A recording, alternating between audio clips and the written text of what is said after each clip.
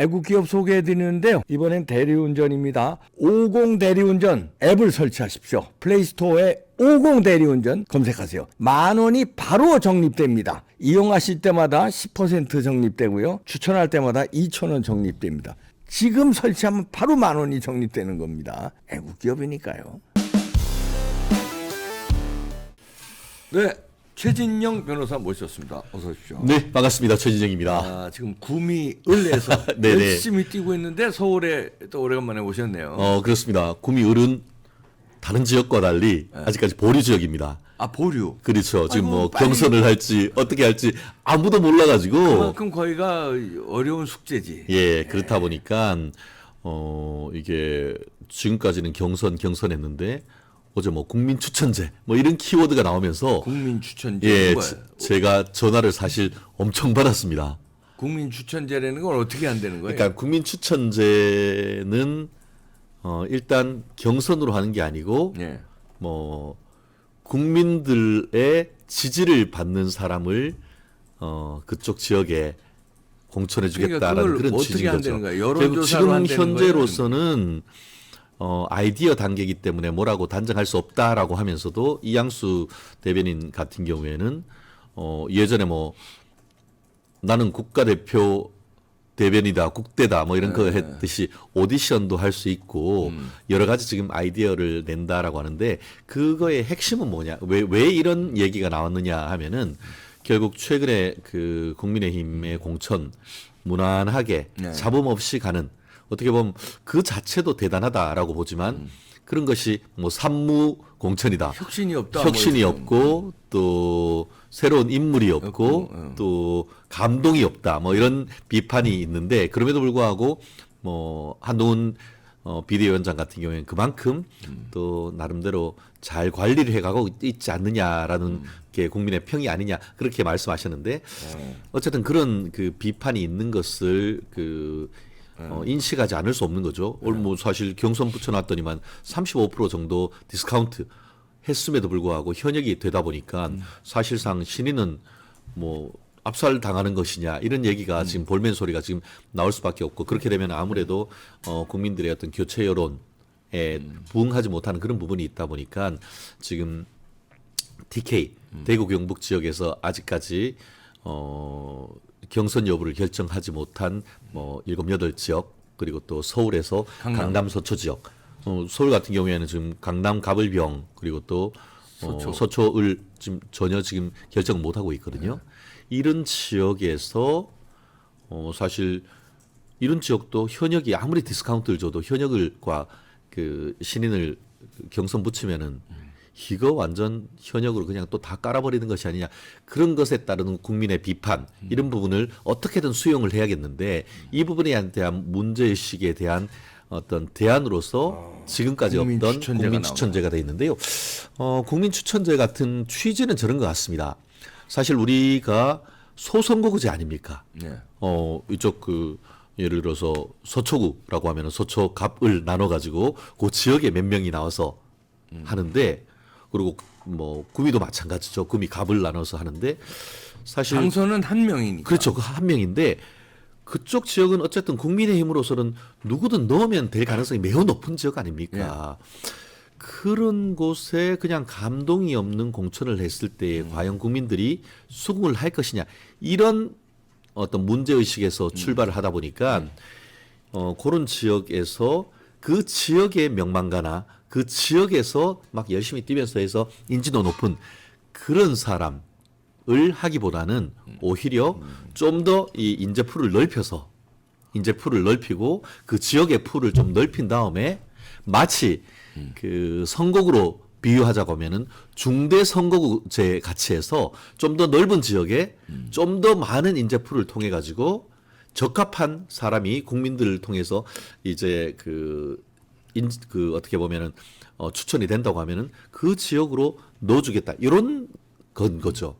결국 현역을 물갈이하려고 하는 나름대로의 고육지책이다라고 평가할 수도 있고 국민 저런 거잖아요. 그러니까 강남이든 TK든 사실 누가 해도 사실 될 가능성이 매우 높은데 그런다고 하면은 다음 그러니까 24년 4월 10일 날 있어서 되는 22대 국회에서 정말 좌파와 싸울 수 있고 또 실질적인 어떤 그 퍼포먼스를 낼 수 있는 그런 사람을 거기에 영입을 하든 해서 공천을 주는 것이 전체적인 윤석열 정부의 성공과 정권 재창출에 유리하다.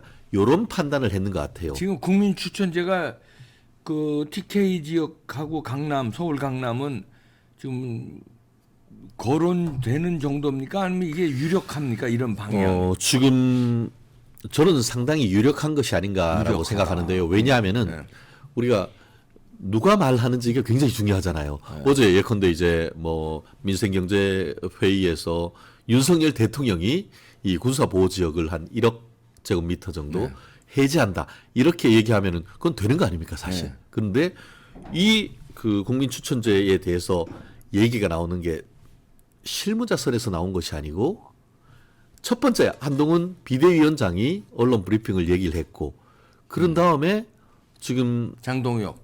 장동혁 사무총장 겸 공관위원이 얘기를 했고 아유, 그럼 이어서 뭐 이양수 수석 대변인이 언론을 통해서 오늘 얘기를 했단 말이에요.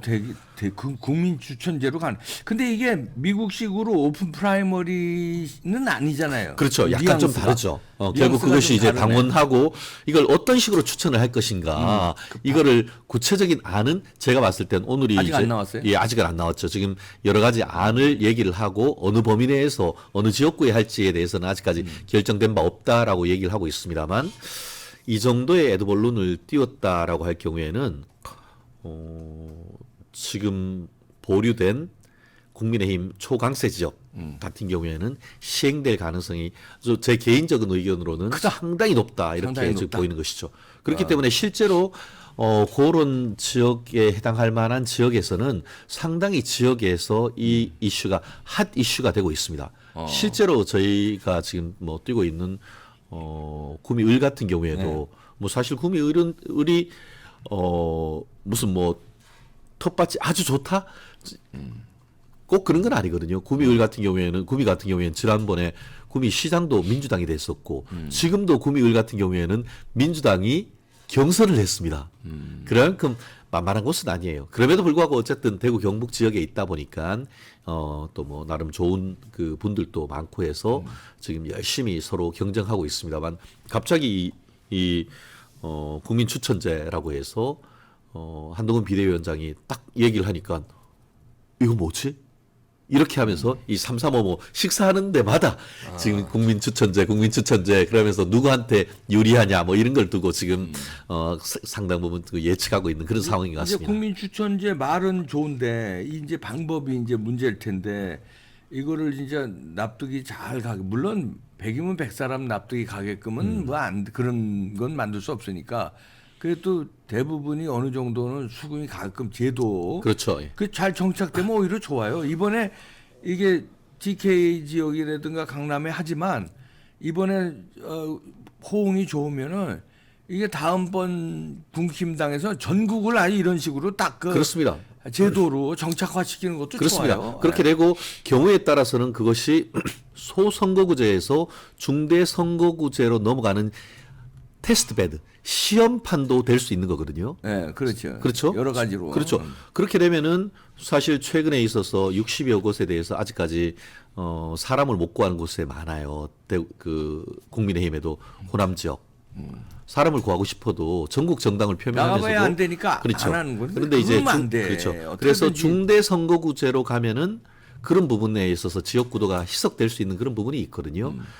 이걸 뭐 제가 쉽게 얘기할 수 있는 것은 아니지만 어떤 그런 취지 그러니까 그 국민 추천제라고 하는 취지를 봤을 때는 소선거구제의 어떤 그 폐해를 지역 어떤 맹주를 구하는 그런 것을 넘어설 수 있는 하나의 대안으로서 국민의힘 내부에서 어떻게 보면은 시험을 하는 그런 부분이 될 수가 있는데 나름대로 한번 그 시도를 해보면은 그 성과를 바탕으로 추후에 어떤 정치 개혁의 어떤 그 실마리를 잡을 수 있는 그런 부분이기 때문에 이것은 지금까지 없었던 어떻게 보면은 여야 민주당 국민의힘 민주당의 정치 개혁 이슈를 먼저 선도해 갈 수 있는 그런 이슈를 새로 잡았다. 이렇게 평가할 수 있는 부분도 없지 않아 보입니다. 근데 이제 혹시 이제 요거에 대해서 비판을 가지신 분들은 지난번에 저 이준석이 당대표 할 때 무슨 뭐 국민 대변인 뭐 이런 식으로 뭐 오디션 보고 그러는데 그건 진짜 국민 추천제가 아니에요. 그렇죠. 그건 뭐 이상하게 쇼만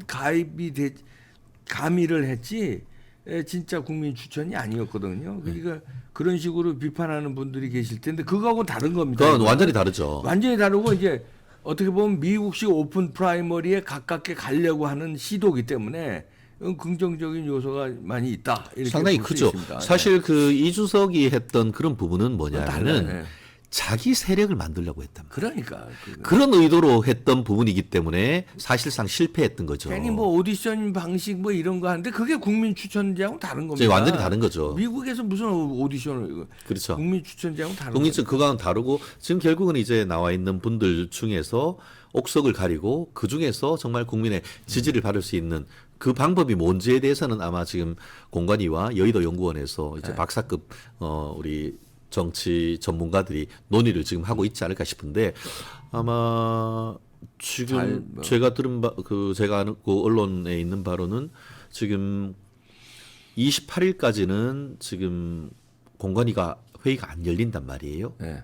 공관위 회의가 안 열리지만 내부적으로 그런 부분을 지금 활발하게 테이블 밑에서 했겠죠. 얘기하고 있다라고 뭐 전화로 보는 것이 아니면 뭐 맞죠. 335 모여서 좀 열심히 좀 하겠지. 특히 이제 정치학 교수라든가 정치 컨설턴트 이런 분들과도 이 부분에 대해서 아주 활발히 논의를 하고 물론 이것이 안 될 수도 있어요. 내부적인 반발이 있을 수도 있기 때문에 그렇지만 지금 특히 국민의힘 강세 지역에서의 어떤 공천의 정당성을 확보할 수 있는 새로운 방법 또 하나의 어떤 아까 말씀드린 것처럼 정치 개혁 이슈를 국민의힘이 끌어갈 수 있는 그런 방법으로 하나의 제도적 장치가 나왔기 때문에 이 부분을 잘 옥동자로 키워보는 것은 또 의미가 있다고 봅니다. 네, 그래 깔짝대는 그 국민 추천제보다는 진짜 과감한 오픈 프라이머리 국민들한테 완전히 최소한 당원들한테라도 완전히 맡기는 그러니까 뭐 중앙당의 개입이라든지 뭐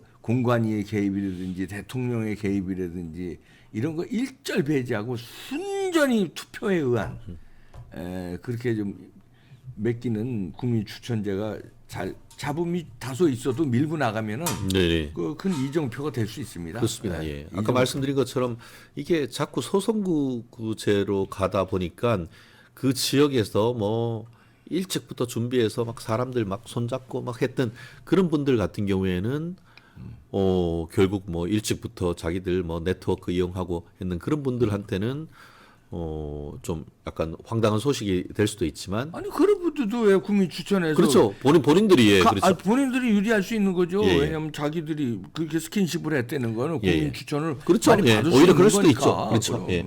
그렇기 때문에 그런 부분을 조화롭게 할 수 있는 제도를 만든다고 하면은 또 새로운 어떤 그 말씀드린 것처럼 정치개혁 지금 정치개혁 이슈를 민주당보다 국민의힘이 계속 끌어가고 있지 않습니까? 예컨대 뭐 불체포특권 포기라든가 아니면은 뭐 기소돼서 이제 뭐 금고 이상 형이 선고됐을 때는 세비 반납하겠다든가 그런 이슈를 계속 먼저 끌고 가고 있고 실제로 민주당은 그거 못 하잖아요.